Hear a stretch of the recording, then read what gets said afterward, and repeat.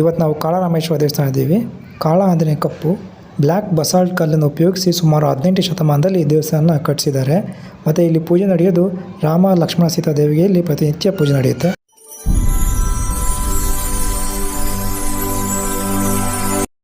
ಶಿವಾಜಿ ಮಹಾರಾಜರು ಅಂಬಾಭವಾನಿಗೆ ಪೂಜೆ ಮಾಡ್ತಿರುವಂತಹ ಬ್ಯಾನರ್ ಇದು. ಈ ಥರ ಬ್ಯಾನರ್ ಇಲ್ಲಿ ಮಹಾರಾಷ್ಟ್ರದಲ್ಲಿ ತುಂಬ ಇದೆ. ಅದಿರಲಿ, ನಾವೀಗ ಸೀತಾ ಗುಹಾ ಮತ್ತು ಸೀತಾಪಹರಣ ಎರಡೂ ಜಾಗನ ನೋಡಿಕೊಂಡು ಈಗ ಕಾಳರಾಮ ಮಂದಿರಕ್ಕೆ ಹೋಗ್ತಾ ಇದ್ದೀವಿ. ನೋಡಿ, ದೇವಸ್ಥಾನದ ಎಂಟ್ರೆನ್ಸಲ್ಲಿ ಇದ್ದೀವಿ. ಶ್ರೀ ಕಾಳರಾಮ ಮಂದಿರ ಸಂಸ್ಥಾನ. ಬನ್ನಿ ಒಳಗಡೆ ಹೋಗೋಣ. ಕಾಳರಾಮ ಮಂದಿರಲ್ಲಿದ್ದೀವಿ. ಹಿಂದೆ ನೋಡ್ತಾ ಇದ್ದೀರಾ, ಇದೇ ಕಾಳರಾಮ ಮಂದಿರ. ಇಲ್ಲಿ ಒಟ್ಟು 4 ಮುಖ್ಯ ದ್ವಾರಗಳಿದ್ದಾವೆ. ಈ 4 ಮುಖ್ಯ ದ್ವಾರಗಳನ್ನು ದಾಟಿ ನಾವು ಒಳಗಡೆ ಹೋಗಬೇಕು. ಅದಾದಮೇಲೆ ಇಲ್ಲಿ ಕಾಣ್ತಿದೆಯಲ್ಲ ಕಂಬಗಳು, ಇದು ಒಟ್ಟು 40 ಕಂಬಗಳಿದಾವಂತೆ ಇಲ್ಲಿ ದೇವಸ್ಥಾನದಲ್ಲಿ. ಸಿಂಹಾಸನದ ಮೇಲೆ ಕೂತಿರೋ ರಾಮ ಲಕ್ಷ್ಮಣ ಮತ್ತು ಸೀತಾದೇವಿ ಮೂರ್ತಿಗಳಿಗೆ ಇಲ್ಲಿ ಪೂಜೆನ ಮಾಡ್ತಾರೆ. ಅದು ಪೂರ್ತಿ ಕಪ್ಪು ಕಲ್ಲಲ್ಲೇ, ಕಪ್ಪು ಶಿಲೆಯಲ್ಲೇ ಮಾಡಿರೋದು ಪೂರ್ತಿ ದೇವಸ್ಥಾನನ. ಯಾವ್ದು ಬೇರೆ ಶಿಲೆ ಯೂಸ್ ಮಾಡಿಲ್ಲ, ಪೂರ್ತಿ ಕಪ್ಪು ಶಿಲೆನೇ ಯೂಸ್ ಮಾಡಿದ್ದಾರೆ. ಬ್ಲ್ಯಾಕ್ ಬಸಾಲ್ಟ್ ಯೂಸ್ ಮಾಡಿರೋ ದೇವಸ್ಥಾನ ಇದು. ತುಂಬಾ ಹಳೆ ದೇವಸ್ಥಾನ, ತುಂಬಾ ವರ್ಷಗಳದ್ದು. ಮಂದಿರದ ಹಿಂದೆ ಮಂದಿರ ಮುಂದೆ ತುಳಸಿ ಕಟ್ಟೆ ಇದೆ.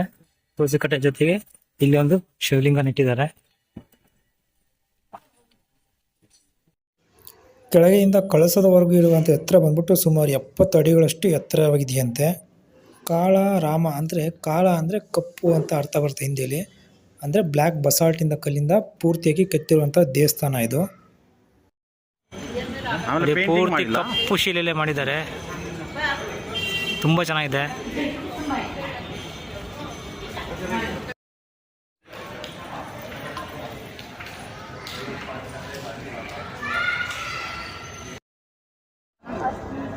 ಕಾಳರಾಮ ಮಂದಿರ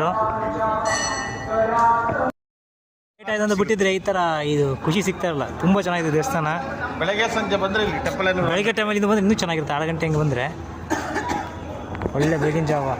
6 ಗಂಟೆ ಬರೋಕ್ಕಿತ್ತು, 6 ಗಂಟೆಗೆ ಬಂದು ತುಂಬ ಚೆನ್ನಾಗಿರುತ್ತೆ. ಇಲ್ಲಿ ಸ್ವಲ್ಪ ಲೇಟ್ ಆಗ್ಬಿಡ್ತು ನಾವು ಬರೋದು, 7 ಗಂಟೆ ಆಗ್ಬಿಡ್ತು. ಪೀಸ್ಫುಲ್ ಆಗಿದೆ. ಗಣಪತಿ ಮಂದಿರ.